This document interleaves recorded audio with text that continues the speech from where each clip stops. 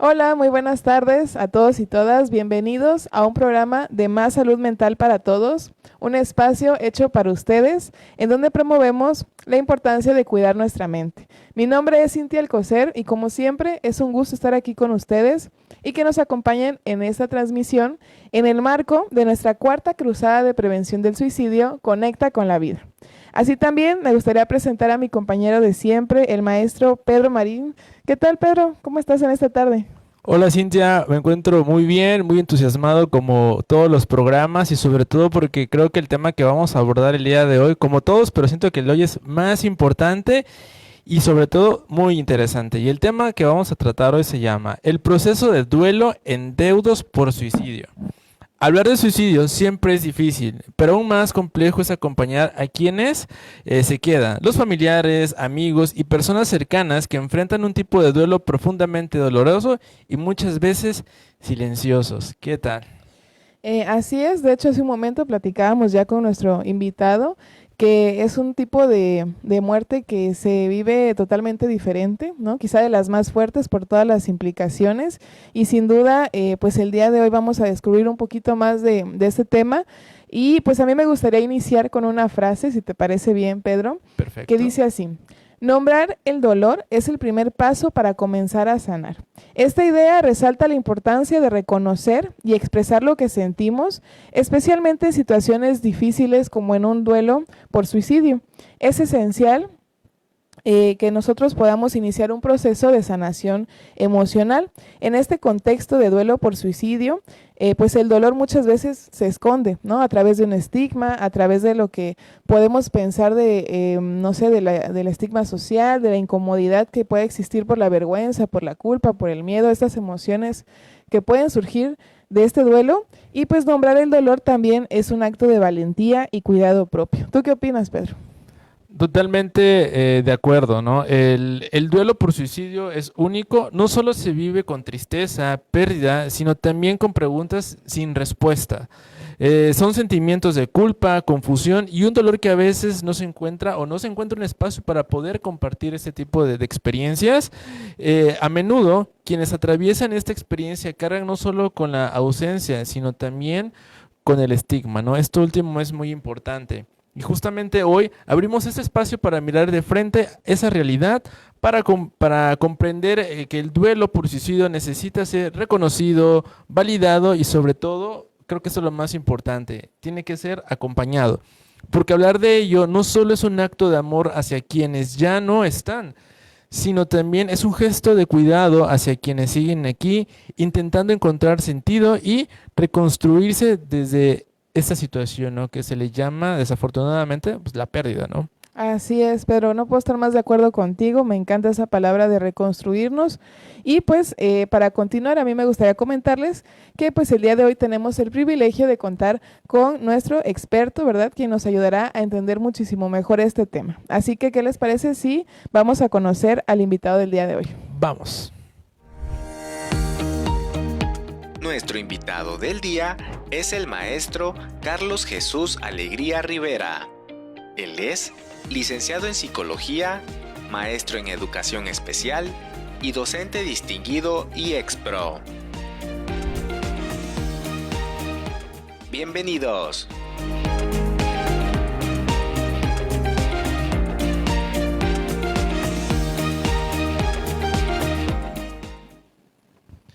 Bueno, hemos regresado y ya se encuentra con nosotros nuestro invitado del día de hoy. Quiero presentarles nuevamente al maestro Carlos Jesús Alegría Rivera. Bienvenido, maestro, ¿cómo se encuentra el día de hoy? Padrísimo, de verdad siempre es un gusto el estar aquí en mi casa. Esta es mi casa, es nuestra casa, ¿no? Y no es nada más el decirlo, sino realmente sí lo siento, o sea, y todas las oportunidades que me dan y siempre las invitaciones que recibo, pues por parte de ti, Cintia, Pedro y demás, pues son bienvenidas, ¿no? Y un gusto compartir un tema muy relevante, un tema muy controversial también, sí, pero esperemos que los objetivos se cumplan y llegar a las personas a las que debemos de llegar. Yo creo que ese es el sentido que lleva también esta cruzada del suicidio, ¿no?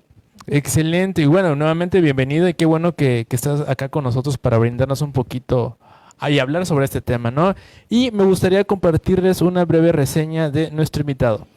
Vamos a conocerlo un poquito más. Licenciado en psicología, maestro en educación especial, especialista en tanatología y cuidados paliativos, psiconefrólogo y psicooncólogo, y sobre todo docente distinguido y expro. Espero haber dicho todo. Y si no, Sí. le agregamos. Soy Carlos para todos, un gusto coincidir y pues vamos a darle.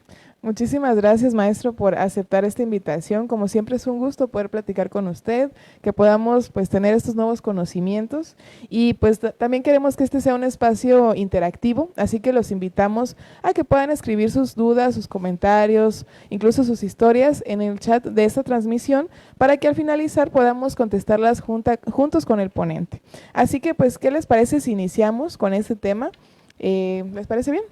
Va Ok. que va. Sí. Pues tenemos una primera pregunta que dice, ¿existen diferencias entre el duelo por suicidio y duelo por otras causas de muerte? ¿Y cuáles serían las principales?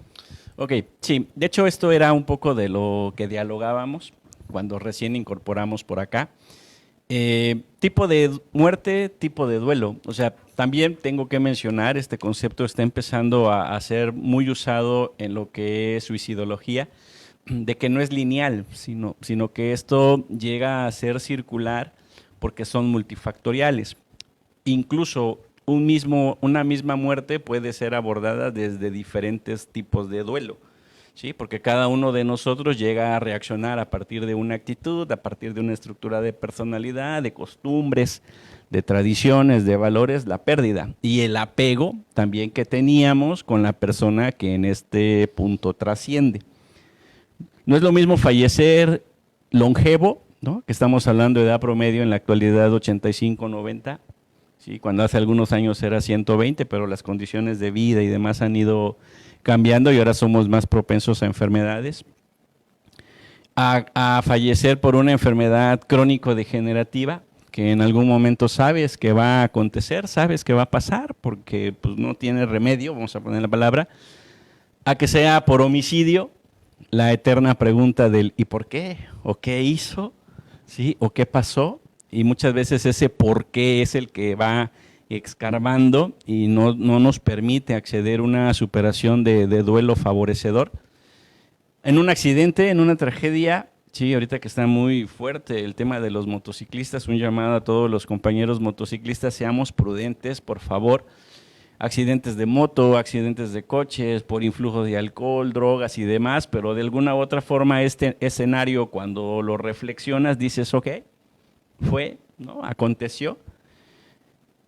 Pero la muerte por suicidio, y una palabra tan fuerte que también tienes que poner ya en códigos en el Facebook porque lo identifica y bloquea, igual en el Insta, esta no se supera.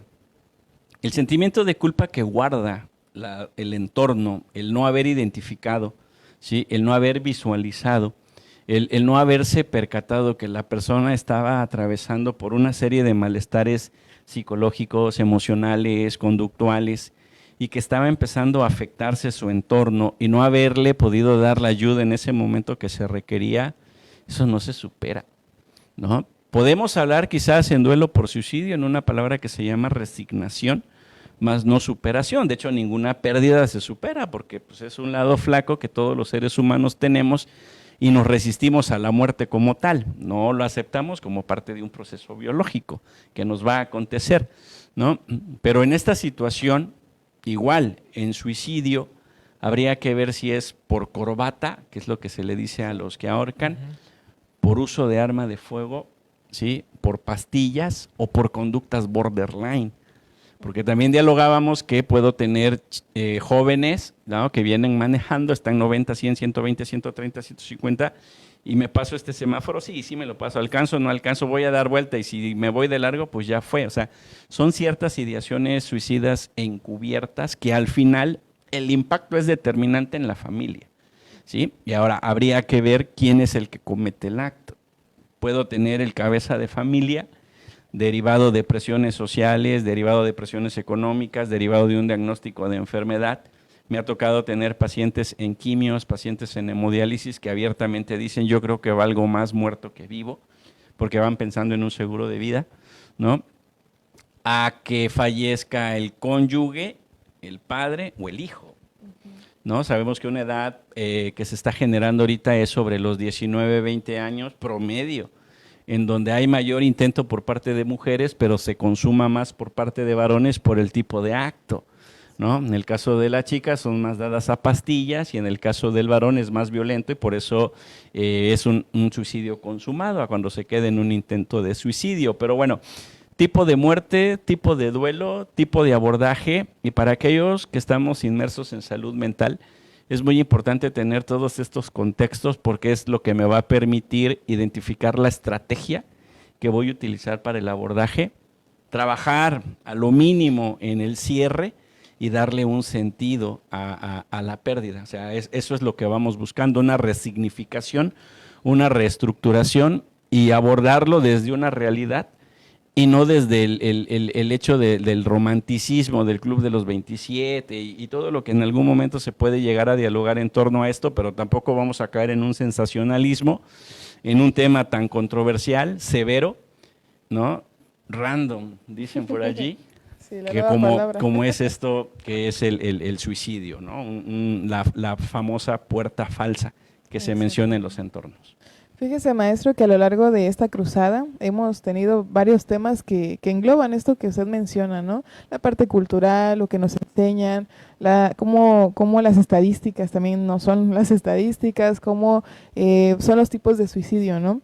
Me llama la atención que, pues como decíamos hace un momento, este tipo de duelo puede tal vez ser de un diferente nivel de impacto, vamos a llamarlo así, justo porque surgen estas dudas del por qué pude haber hecho, ¿no? La culpa, el hecho de que se sabe o está esta frase del suicidio es la única muerte que se puede prevenir, ¿no? No sé si es parte de la romantización que menciona, pero me llama la atención estas emociones que puede ser que sean diferentes a otro tipo de duelo. ¿Tú qué opinas, Pedro?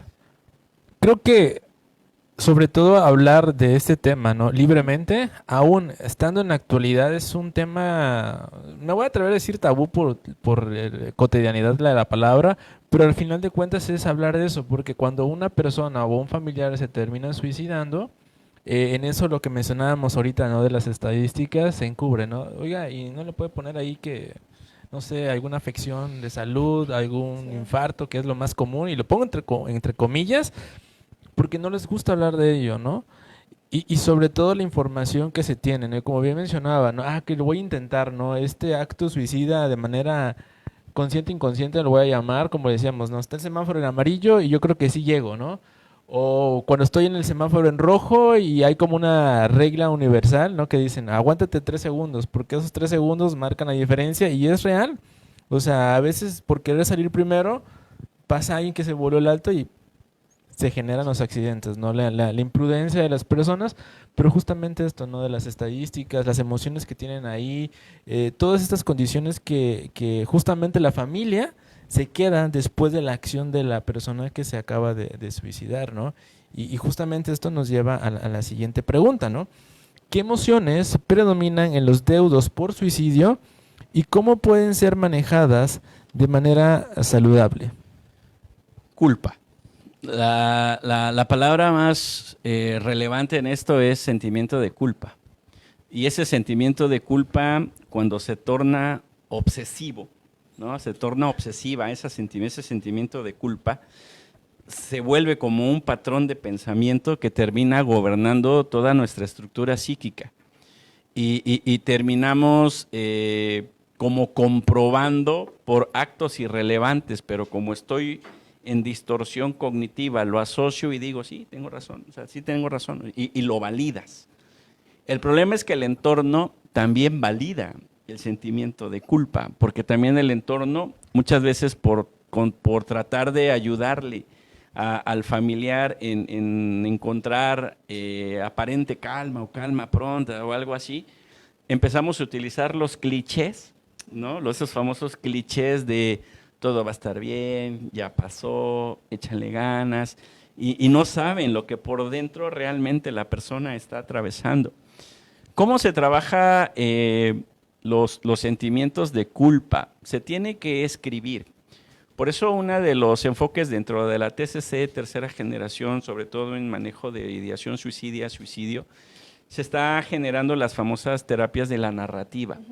Y esta terapia narrativa, incluso terapia multimodal, va precisamente en el hecho de que los deudos escriban, ¿sí? Se puede dividir una en 3 partes, ¿no? Te quiero pedir perdón por, te quiero agradecer por y me comprometo contigo a, ¿no? Podemos trabajar en silla vacía, mediante principios gestálticos también se puede trabajar, lógicos, en causa, ¿no? Porque también hemos visto por allí que habemos personas que ya recibí una plática de 1 hora y ya digo que soy terapeuta gestal, ¿vale? Entonces, no, tiene su técnica, silla vacía. Podemos trabajar role-playing, ¿no? El hecho de que papá asume el papel del hijo o esposa que suicidó y se hace una catarsis interna, se maneja, se parafrasea y se le da un sentido, ¿no? Por ahí hay algunos que trabajan hipnosis ericksoniana, hipnosis clásicas y demás.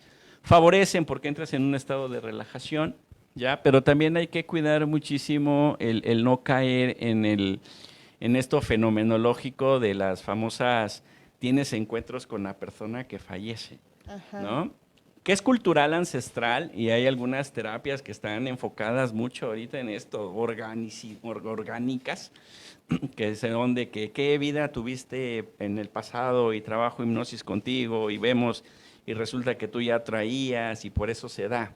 O las famosas constelaciones familiares, que con todo el respeto sí me son funcionales, pero también debo de tener mucha caución en qué momento las voy a emplear, porque hay algunas que sí me pueden ser funcionales en este caso y hay otras que, oye, ten respeto, o sea, porque al final es un deceso, es una pérdida, ¿no? Y todas las pérdidas son irreversibles, pero más en el suicidio que se puede llegar a trascender.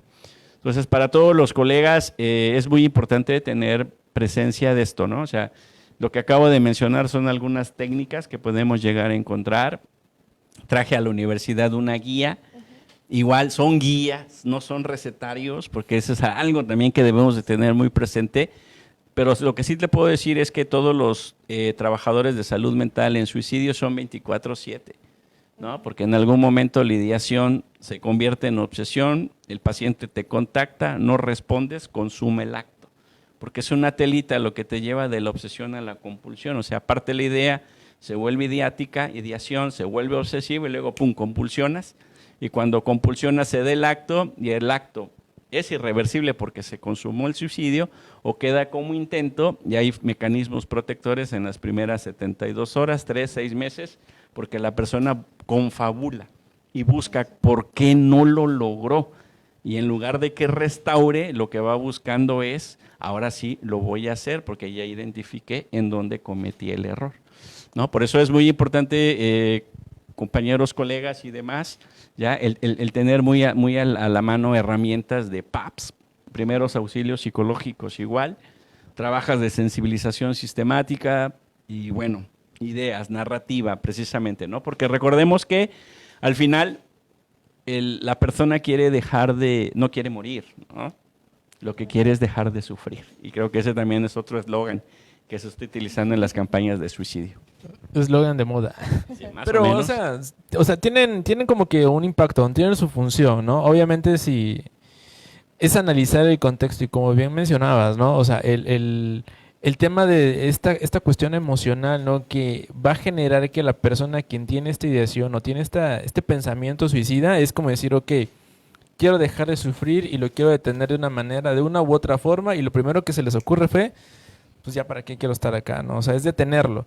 Pero cuando comienzan a hablar justamente de eso, lo empiezan a darle una nueva elaboración, una nueva resignificación, es ahí la clave, ¿no? Como para poder detener y que ellos tengan una nueva perspectiva de la vida, ¿no? Decir, ok, no es que esté mal esa decisión, simple y sencillamente, a ver, lo manejemos de otra forma, ¿no? Tenemos más perspectivas, ¿no? Entonces, el típico de no estar solo, porque en realidad la persona tiene ese sentimiento de soledad, que no es lo mismo el sentimiento de soledad que el estar solo, ¿no? Y eso es irlo trabajando, fomentar su red de apoyo, o nos pueden decir, no, es que mi familia no, sí, pero acuérdate que hay una frase que también está muy romantizada, ¿no? Los amigos es la familia que yo elegí y red de apoyos, ¿no? Sí, de hecho es de identificar, solo, aislado, enajenado, son 3 cosas diferentes. Exacto, ¿no? Exactamente. Son O sea, tres aquí cosas el, diferentes. el tema del suicidio es una enajenación, porque el entorno está, ¿no? Entonces aquí no se trata de quién es el culpable o de quién cometió el error, sino que es un trabajo integral y es multifactorial, pero también es contextual, ¿no? Por eso se tiene que verbalizar, o sea, se tiene que decir y se tiene que reconocer cuando estamos atravesando alguna adversidad, por mínima que sea. Pero para si el adolescente, el joven, el adulto es trascendente, date la oportunidad de escucharlo. Exactamente. Claro. Sí, de hecho, creo que ahorita lo que acaba de decir, creo que con cualquier palabra, gesto o acción que a nosotros nos haga como ese clic de decir, bueno, aquí puede ser que esté pasando algo. La escucha, hemos dicho ya bastantes veces en el programa, en otros eventos, que la escucha es una clave, una herramienta clave, perdón, ¿no? Entonces, y eso lo podemos hacer todos desde donde estamos, el hecho de decir, oye, aquí estoy, ¿no? Y más allá del cómo estás y estoy bien, es cómo estás de verdad, ¿no? Cómo lo nombras, cómo lo identificas. Y bueno, en estos casos de duelo por suicidio, ¿no? En los deudos, la siguiente pregunta es, ¿qué rol juega la terapia psicológica o el acompañamiento profesional? Que sabemos que es importante, ¿no? Pero aquí sería como, bueno, ver en qué, cómo entra en este juego. Sí, una de las recomendaciones que le doy a los compañeros psicólogos es que antes de que estés haciendo abordaje terapéutico, genera lo tanatológico primero, primerísimo, y evalúa qué tanta aceptación de la pérdida hay. O sea, todo parte de allí, la aceptación de la pérdida. Porque mientras no se establezca como parte de los sujetos, de los deudos, lo que aconteció, no vamos a ir a ningún lado. O sea, pueden venir los grandes psicoterapeutas de las historias y no va a trascender. Entonces, una de las variantes que se está teniendo en la actualidad dentro de la psicoterapia, ¿no? Y van a escuchar en un momento no muy lejano algo que se llama psicotanatología. Y precisamente es partir de la aceptación de la pérdida. Entonces, vuelvo acá, independientemente del problema al cual tú estés abordando como terapeuta, sí tenemos que ver qué tanta aceptación tiene el entorno de lo que pasó, ¿sí? Porque mientras no lo acepte, Kubler dicta, ¿no? Que estás en la negación. Y mientras estás en la negación, vas a la ira, ¿sí? Y mientras vas a la ira, vas a la depresión, tienes que hacer una negociación. En la fase de negociación es cuando podemos intervenir en psicoterapia. Pero yo no puedo confrontar al deudo de primas a primeras sin antes hacer la sensibilización, sin antes afrontarlo de manera gradual. Afronto, enfrento, confronto, es lo que dicta la psicotanatología, a manera tal de que en la confrontación generes todas estas herramientas terapéuticas, pero primero tengo que ver ese lado humano, ¿no? Primero tengo que ver ese lado de dolor, esa gesticulación, ese malestar emocional, para que a partir de ahí yo genere las estrategias psicoterapéuticas. Porque si no me voy a convertir en un simple instructor de que hace una carta y hace un túnel de tiempo, pasado, presente, futuro, visualiza, trabaja perspectiva, sí, genero reestructuración cognitiva, trabajo pensamiento automático. Creo que un ABC de Ellis funciona y empiezo a hacer una serie de cosas acá que lejos de que ayude, termino perjudicando. Entonces aquí la labor es la aceptación de la pérdida, ¿sí? Y cómo yo genero esa aceptación de pérdida y empiezo a hacer una reestructuración del acontecimiento. De hecho, bueno, yo pienso que lo ideal sería que el mismo paciente elaborara su ritual, ¿no? Su duelo, cómo quiere la persona transitarlo. Desde luego que brindamos estas herramientas y como usted dice, yo le puedo dar una guía, un manual, 20 libros, ¿no? De cómo superar un duelo, pero al final es el simbolismo que yo le doy a, no sé, al objeto de mi papá, ¿no? Al peluche de mi mascota, ¿no? O sea, cómo yo lo voy a simbolizar para que tenga un sentido para mí. Porque puede ser que no sé, para ti, Pedro, guardar un peluche de tu mascota sea insignificante, pero para mí ya es un cerrar, un decir, aquí está, ¿no? Pero puede ser diferente para todos. Claro, ¿no? Y eso es muy importante, justamente esto, ¿no? La manera en cómo la persona, ¿no? La que está pasando este duelo va a empezar a afrontar y empezar a trabajar no solamente este punto, sino aceptar que sucedió un hecho, porque creo que esa es una de las fases, ¿no? Pero al final de cuentas es, una vez que empieza esta parte, empieza a asimilar todo este proceso, comienza a darles estas significaciones a cada momento específico, ¿no? Como decir, ok, si antes este recuerdo bonito ahora me causa dolor, bueno, ok, pero ese dolor tiene que pasar y entonces mejor cambia ese pensamiento de dolor a, no sé, es muy diferente el dolor a la nostalgia. Y después de la nostalgia puede ser, es un recuerdo feliz nuevamente y empiezas a ir paso a paso, porque obviamente es parte de ello, ¿no? Esta fecha la pasaba, me duele.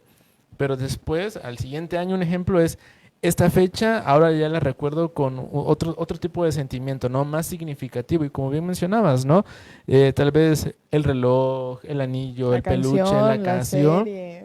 Eso me recuerda, ¿no? De hecho, es que eso es, Lick, o sea, el reconocimiento de las emociones. Desde ahí partimos, Sí. ¿no? O sea, cuando yo reconozco las emociones y las verbalizo, dice la historia, empiezo a ser consciente lo inconsciente. O sea, esto es acá. Cuando yo las reconozco, lo que tengo que hacer es resignificarlas, ¿no? Dentro de la tanatología, en el abordaje tanatológico, está la aceptación de la pérdida como primer tarea y la segunda tarea es la recolocación de la pérdida. En esta recolocación de la pérdida se entiende que la muerte es un proceso, ¿vale? Porque así como hay un tipo de duelo, un tipo de muerte, hay un tipo de duelo, y que no es lo mismo estar solo, aislado, enajenado. En este tema, la muerte puede acontecer, puede suceder o es un proceso.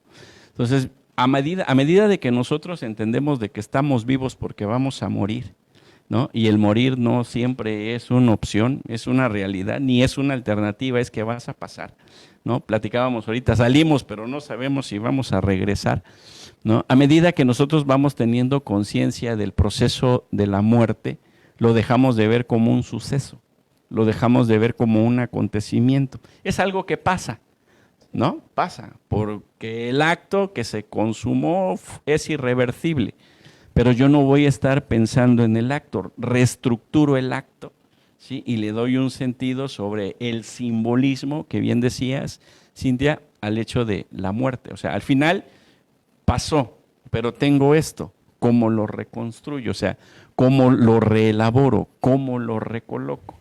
Y hay tareas precisas también para la recolocación de la pérdida como tal.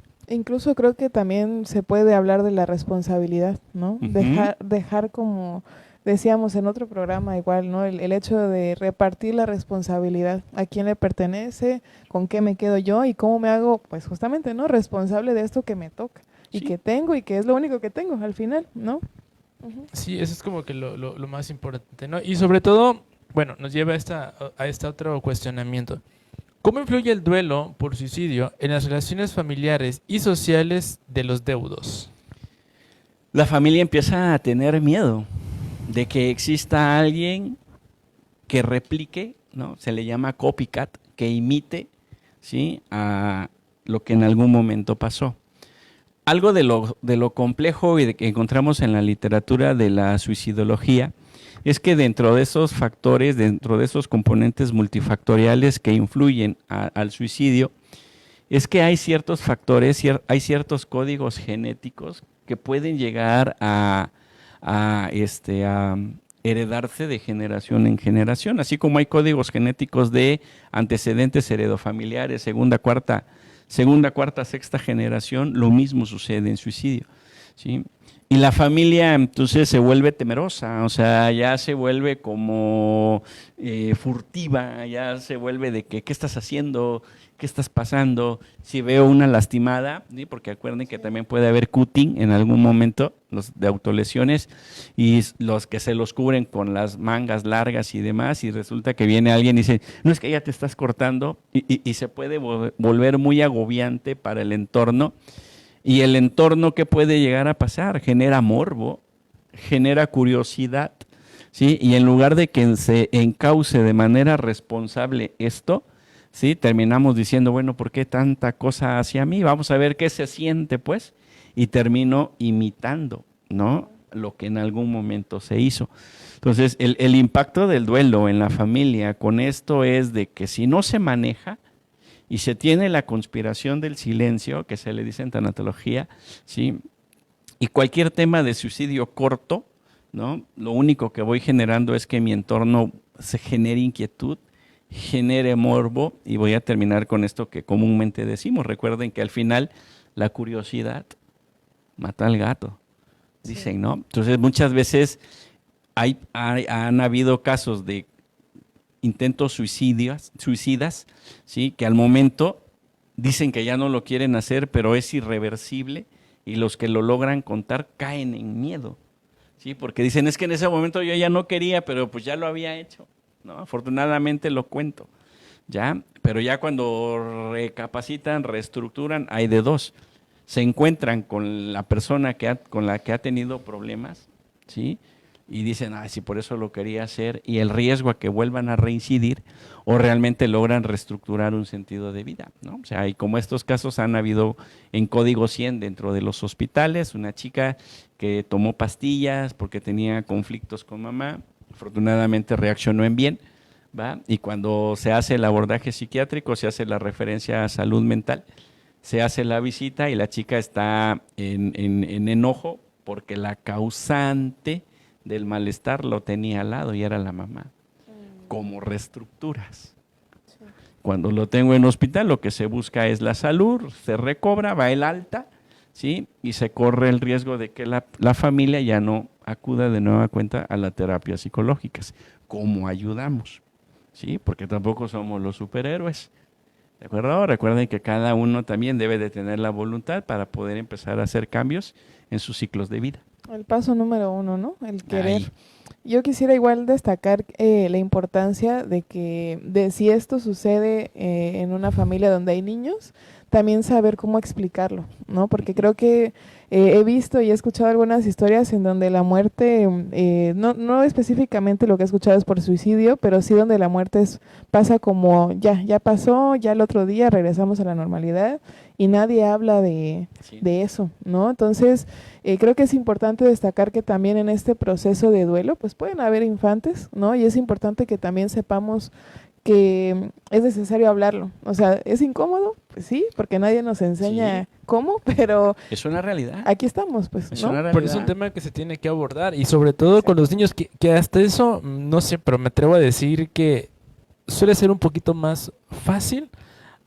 Hablo en términos de que los niños se puede reelaborar toda esta situación y que ellos lo vayan significando, obviamente de acuerdo a la edad, ya sea con alguna fábula, con algún cuento, pero al final de cuentas no se está adornando, sino se está tocando el tema a manera de que ellos lo comprenden, porque también muchas personas creen que los niños no entienden. Y, o sea, entienden. No, o sea, entienden. Más de lo que ellos ven y sí, entienden más que una persona adulta, porque saben lo que está pasando. Sí. Solamente es el cómo se lo voy a explicar para que no se genere ni un trauma, si fue por suicidio y si lo encontró, ¿no? Ver qué es lo que pasó, o si simple y sencillamente es hablar de la pérdida como tal, ¿no? Ellos entienden, lo saben. Los nenes lo saben. De todas formas lo van a entender, qué mejor que acompañarlos en eso. Pero lo fabulizas, o sea, eso es diferente. Sí. Por eso Naranjo es mágico en los cuentos cortos. Sí, porque tienes que encontrar también el adecuado. Estoy en el Centro Estatal de Trasplantes de Órganos y cuando nos toca hacer brigadas en primarias y hacemos guiñol. Ajá, exactamente. O sea, entonces si mi amiguito, yo sí te puedo donar. Sí, o sea, dentro de esa, voy a poner la palabra inocencia, voluntad, la palabra altruismo. ¿Sí? Y resulta que cuando le dicen al papá, oye papá, yo quiero ser donador, cállate, deja de estar diciendo cosas, o sea, nosotros somos los de los miedos. Y te dice, tú no sabes ni lo que estás diciendo. O sea, y no digas eso. Imagínate cómo esto se vuelve también aberrante en algún momento ya en el mundo adulto. Exactamente. Bueno, no quería dejar pasar esa parte también. Y pues bueno, maestro, hasta aquí, pues muchísimas gracias por estas respuestas, por esta información. Vamos a pasar a la siguiente sección que se llama Comparte tu historia. Adelante.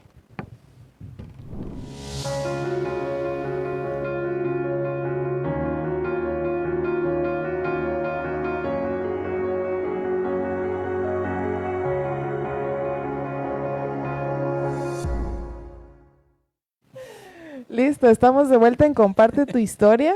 Y pues bueno, en esta sección recabamos algunas historias que ustedes nos hacen llegar de manera voluntaria.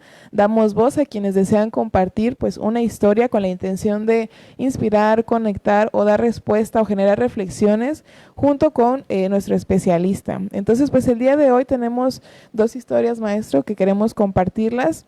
La primera que nos comparten es: perdí a mi hermano hace 3 años por suicidio. Al inicio lo más fuerte para mí fue la culpa. Sentía que no había hecho lo suficiente para ayudarlo y me preguntaba constantemente qué señales no vi. Con el tiempo también sentí enojo, no entendía por qué tomó esa decisión. Me interesa compartir mi experiencia porque sé que muchas familias atraviesan por lo mismo y a veces se sienten solas o incomprendidas. Muchísimas gracias. No, muchísimas gracias. Y acuérdate que a la muerte hay que darle un sentido, ¿no? Y no se trata de la identificación de señales o qué no vi. Se trata de vivir y de aprovechar al máximo cada momento que se nos presta, porque estamos aquí porque estamos prestados. Si lo vemos desde a donde tú quieras verlo, ¿no?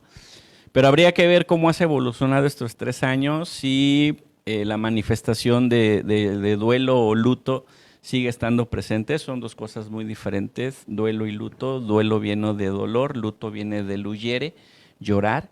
El hecho de luto es lo que acompaña como una reacción emocional natural, no normal, ¿sí? Cuando se da la pérdida en intensidad y duración de la manifestación del síntoma. Entonces, la idea de la rehabilitación emocional es que el luto vaya desvaneciendo de manera gradual, vivir el duelo como parte transicional, pero no prolongar 3, 6 meses.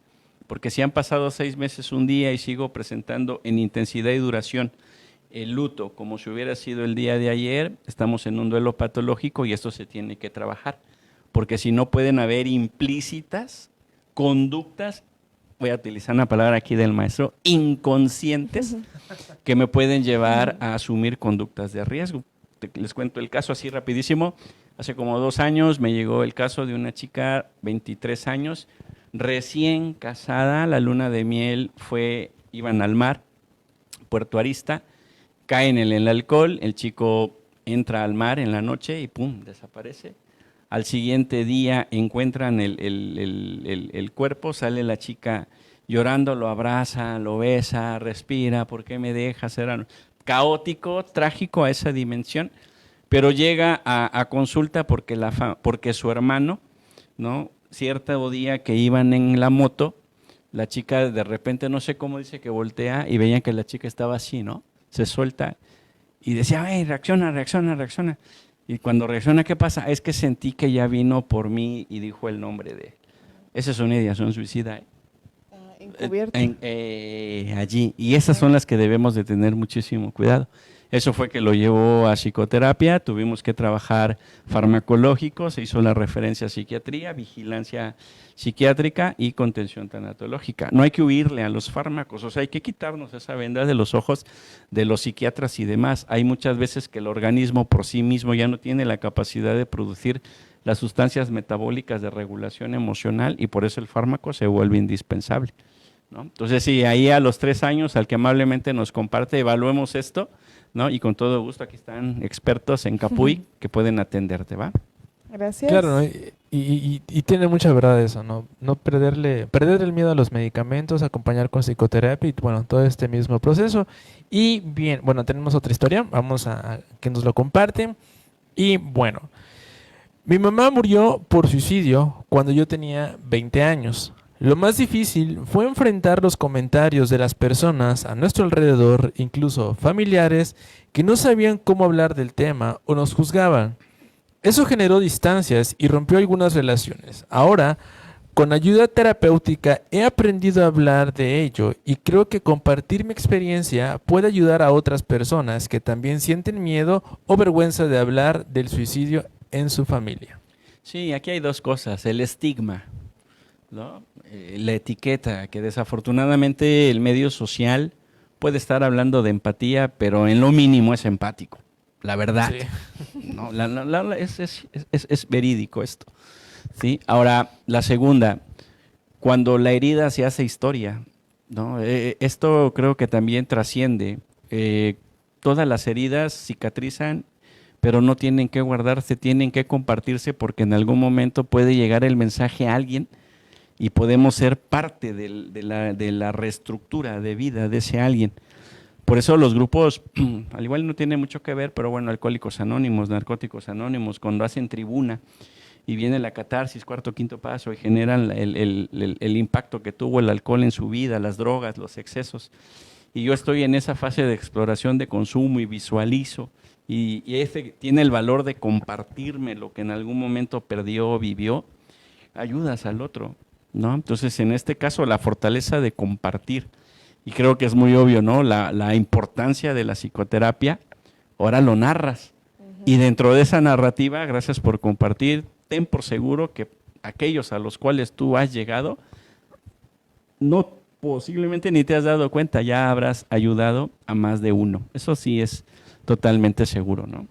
Sí, claro, incluso es un ejemplo, ¿no? Decir, bueno, hay personas que lo pueden discursar, yo también podría hablarlo, ¿no? A mi tiempo, a mi ritmo, pero se puede. Ya no es un tabú.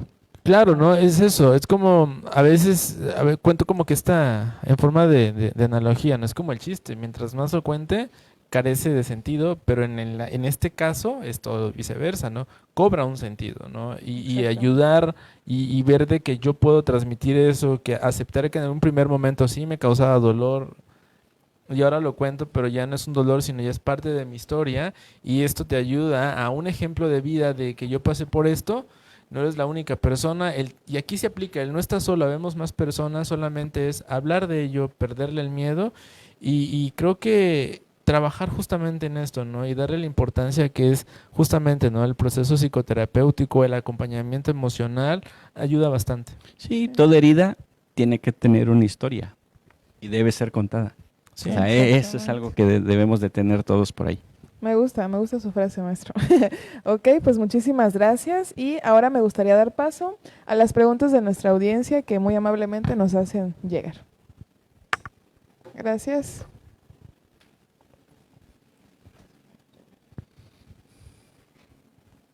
Ok, vamos a la primera.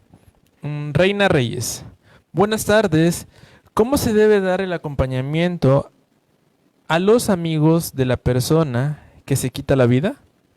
Hay que ver qué lugar ocupaba la persona dentro del grupo de amigos, 1. 2, debemos de evaluar las personas, amistades, si eran de un primer círculo, si eran de un segundo círculo, ¿sí? Y por qué tienen interés o por qué han sido vulnerados en su estabilidad emocional, ¿sí? Porque tenemos que saber también de que hay muchas amistades que van buscando el morbo para ver qué fue lo que realmente pasó y no propiamente porque están atravesando un malestar. Entonces es labor de la familia el poder permitir el acercamiento de las amistades en esta reestructuración psicológica.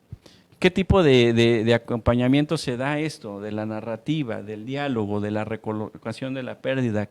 No lo tenemos que evocar a partir de la muerte, sino lo tenemos que evocar a partir de la vida, lo que hacía, lo que compartía, lo que vivía.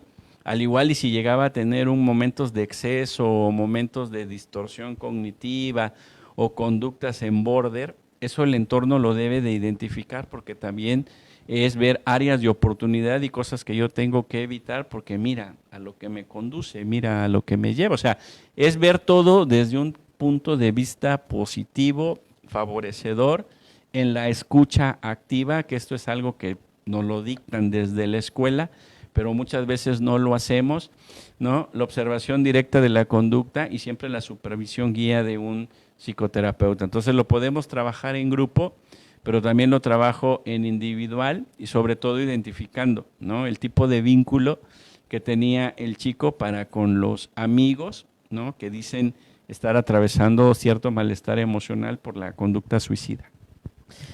Algo que igual me gustaría agregar para la persona que nos hace llegar esta pregunta es que a lo mejor también preguntarle a la persona directamente, ¿no? Aquí entiendo que son varias personas, a los amigos, Sí. pero bueno, este acompañamiento, digo, cuando tal vez si no somos profesionales y queremos dar este acompañamiento desde mi humanidad, digamos así, también se vale decir, bueno, he observado esto, ¿no? Te ofrezco mi apoyo si lo necesitas, y si lo necesitas, pues tú dime cómo lo puedo hacer, ¿no? Cómo te puedo acompañar, porque a lo mejor podemos también tener muchas técnicas o brindar servicios o este acompañamiento y no es necesariamente lo que la persona necesita. Sí, ¿no? Vaya mucho la cuidado redundancia. ahí en acceder a los coaching de vida, por favor. Este sí es Eso serio. es dato. Ese sí es información que Este ayuda. sí es serio. ¿Va? Exactamente. Al igual y si eres mamá o no sé quién escribe por allí y has tenido escucha, lo mejor que puedes hacer, acércate a salud mental. Si eres aquí de Chiapas, acércate aquí a la universidad. Aquí tienes a los expertos, ¿no? Que ten por seguro que se puede dar una orientación muchísimo más acertada, no porque no esto sea no acertado, sino factor tiempo.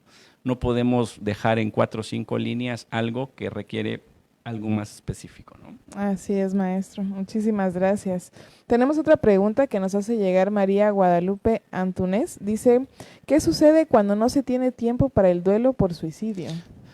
Caes en un duelo patológico y el riesgo es que puedas volver a repetir lo que se suicidó. El caso que les exponía de la chica esta que la descubrieron, así pongo la palabra entre comillas, soltada de la moto y hacia arriba porque sentía que ya le estaba hablando el chico que que había atravesado esto, ¿no? Posiblemente digas, oye Carlos, pero no tiene nada que ver, fue una muerte. Sí, pero o sea, una cosa es el que murió en ahogado y otra cosa es lo que la chica estaba haciendo. O sea, te absorbe, pues. ¿Ah? Es que son cosas totalmente, aquí se aplica, cosas totalmente diferentes, ¿no? Sí.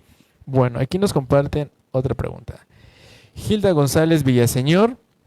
Buena tarde. El tema es muy importante. A partir de la pandemia, estos actos se han incrementado. Pero ¿cómo detectar a un joven que tiene esta intención? Por favor. Los chicos tienden a hacerse ausentes tienden a mostrar ausencia en su presencia. En el salón de clases, por ejemplo. Profe, si algún día ve mi silla vacía, ¿estaría preocupado del por qué no vine? Por ejemplo. Yo preocuparme por ti, ni en tu casa te voltean a ver, yo por qué te aguanta. ¿Me entiendes? Ese tipo de respuestas ante ese tipo de preguntas, ojo. Ya, porque resulta que el chico está mostrándose ausente. Oye, mamá, ¿y si de repente ya no te contesto el teléfono, qué harías? No vamos a omitir la respuesta de la Sagrada Madre Chiapaneca. Ajá, sagrada, ¿no? muy elocuente Es y correcto. florida. Pero yo creo que me lo está diciendo con una tonalidad y no me doy cuenta que se está mostrando en ausencia. Oye, psicólogo Pedro, hoy me tocaba, si algún día no llego a faltar a mi terapia, ¿tú me buscarías? Por eso la labor del psicoterapeuta es romper a veces muchos esquemas que comúnmente tenemos. No, pues te tenía agendado, si no vienes, pues ya la perdiste. O sea, por eso el psicólogo, terapeuta formado en suicidio es 24/7.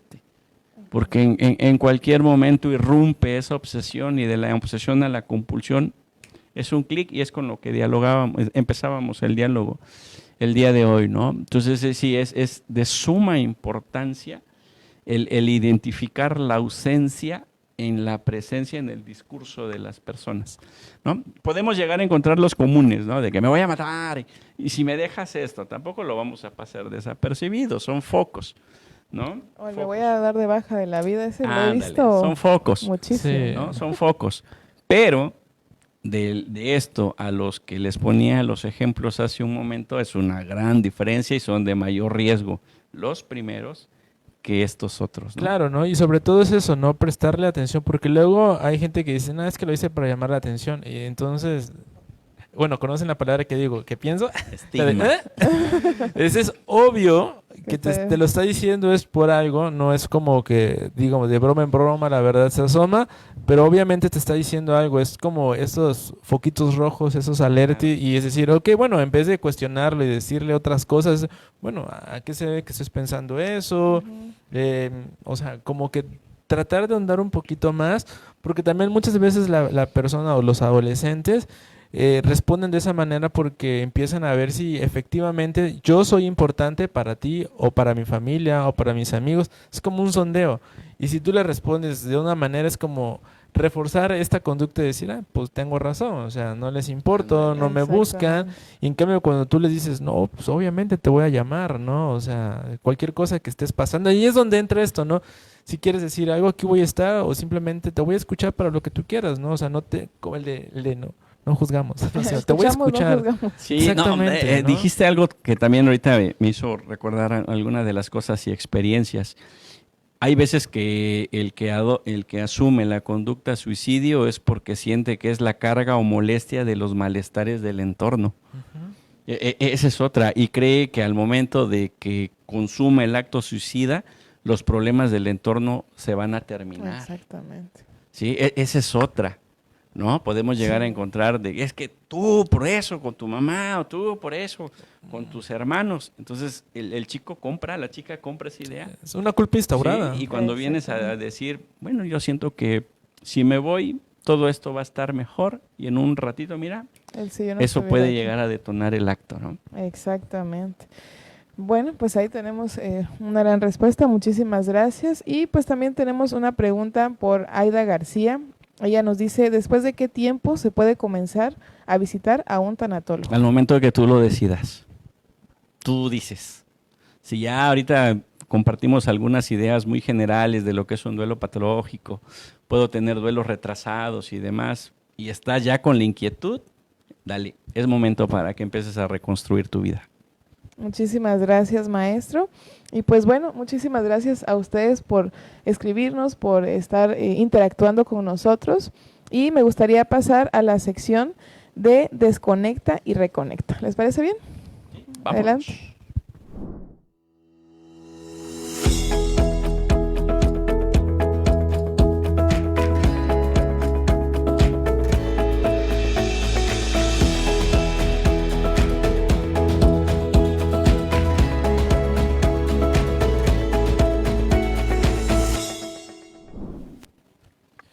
Bueno, y ya estamos de regreso en nuestra nueva sección, y justamente esta sección es para ustedes. Es un momento dentro del programa donde nos regalaremos unos minutos para desconectarnos de las preocupaciones y el ruido del día a día y reconectar con nosotros mismos en el presente. Haremos breves ejercicios diseñados para despejar la mente, relajarnos y renovar nuestra energía.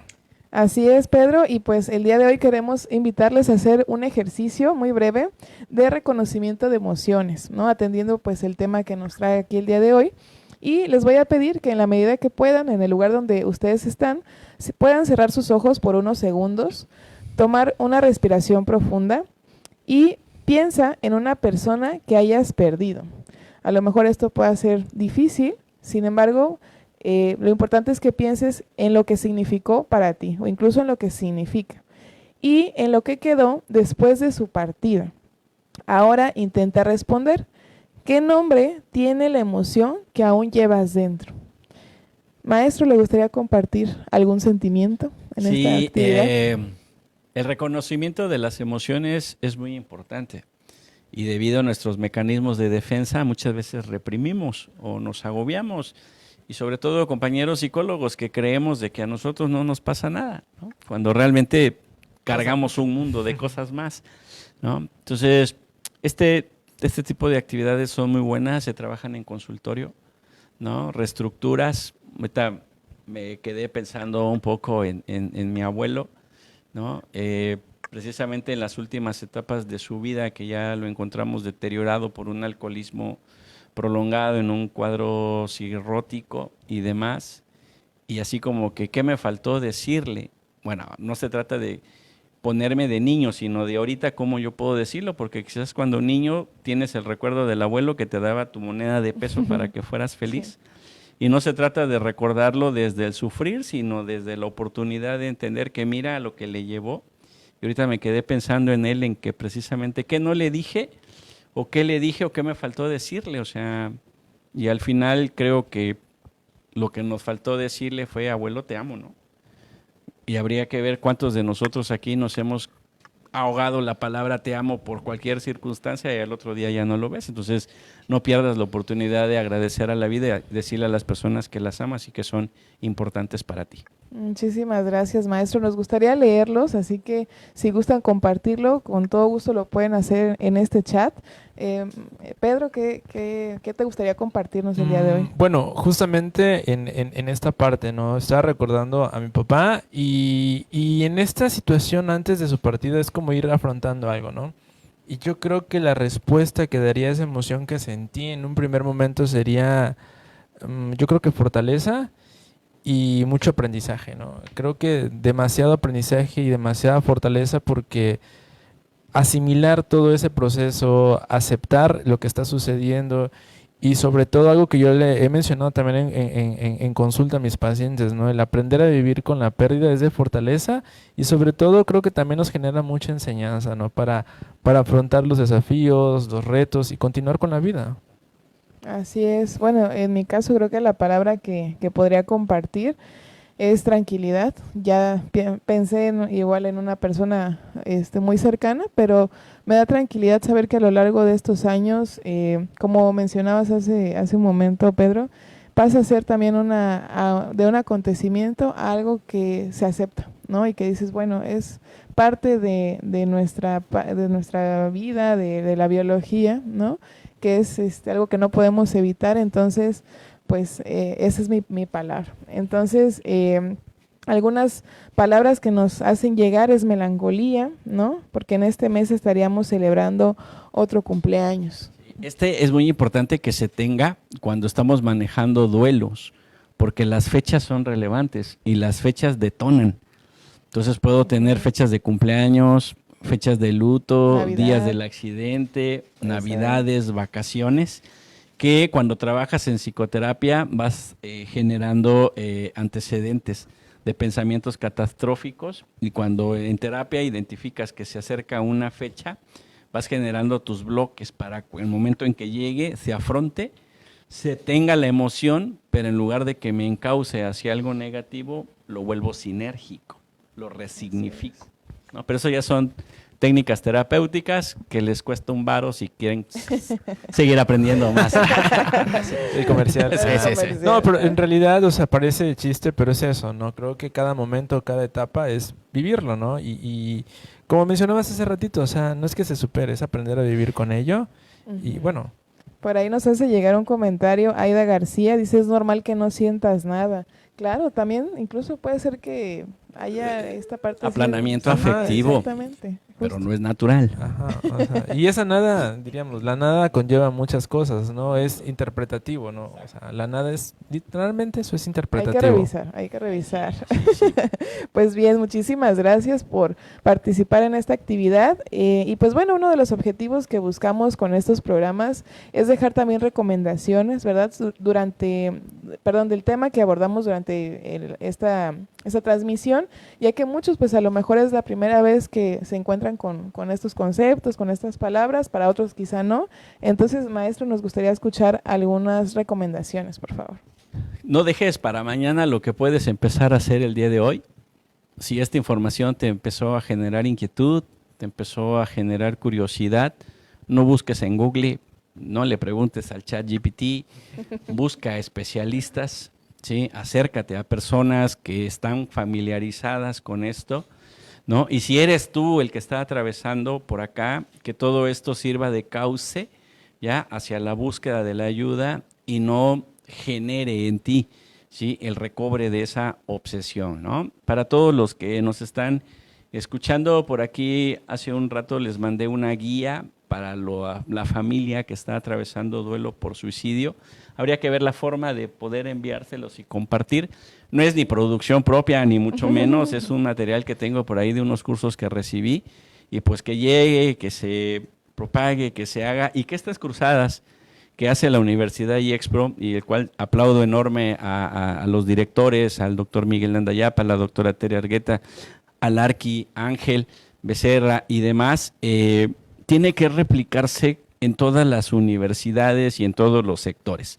No se trata de que digan, que porque yo lo hice, ahora yo no lo hago, porque si no van a decir, no, o sea, aquí no estamos hablando de competencia en salud mental, ni en dónde están los mejores psicólogos. Aquí de lo que se trata es hacer una conciencia social, entender que el suicidio es una realidad, ¿no? no la debemos normalizar, porque ese es uno de los problemas que nos ha pasado, sobre todo en salud mental. TDAH, todos tienen TDAH. TEA, todos son TEA. Depresión, gran parte. Ansiedad, es normal. Y pues resulta que si yo empiezo a normalizar el suicidio como una opción de resolución de problemas, entonces creo que tenemos mucho por hacer, ¿no? En esta reconstrucción de nuestra vida cotidiana, ¿no? Así que mucha atención con eso, ¿va? Y pues estamos a las órdenes en lo que les podamos apoyar, con todo gusto. Aquí tienes un equipo enorme de psicólogos. Muchísimas gracias. Y pues si quieren la guía, incluso aparecen nuestros números de atención. Si te interesa, pues nos los puedes solicitar y con muchísimo gusto te lo hacemos llegar. Y bien, bueno, gracias y estoy seguro de que estas recomendaciones serán de gran ayuda para nuestra audiencia. Y para finalizar, me gustaría pedirles que dijera algunas palabras para poder despedir nuestra emisión del día de hoy, maestro. De antemano, muchísimas gracias. Siempre la universidad comprometida, es una empresa socialmente responsable y estos temas contribuyen y ayudan mucho, ¿no? O sea, y vuelvo a repetir, se tienen que replicar. Y desde donde nos escuchas, sean alumnos nuestros, no sean alumnos nuestros, profes, tenemos que hacer una campaña y que esta campaña realmente impacte y que no quede como una cifra más de una estadística de que se hizo una plática y se atendieron 50, sino que estos 50 duplique, triplique, ¿no? Y recuerda que que vida solo una, hoy, aquí y ahora, mañana, pues no sabemos. Así que pues nos amemos, nos respetemos, ¿ya? Y lo más importante, seamos honestos con nosotros mismos para poder ser honestos con los demás. Muchas gracias. Muchísimas gracias. A promocionar la vida, ¿verdad, maestro?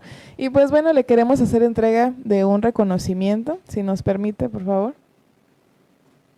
Gracias.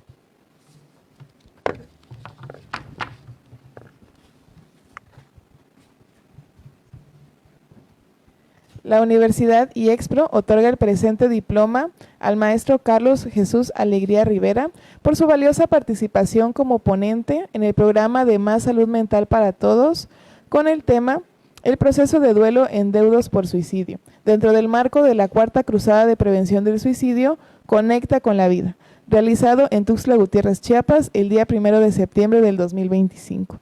Le hacemos llegar su diploma, maestro. Muchísimas gracias. Recuerden, somos Pro Vida. Así es, y pues gracias por aceptar esta invitación. Ha llegado el momento de despedirnos y en nombre de la comunidad IEXPRO queremos darle las gracias al público que nos acompañó en esta tarde, recordando que si quieren saber más información sobre los temas que hemos abordado anteriormente, podrán encontrar los videos en nuestras distintas redes sociales como Facebook y TikTok.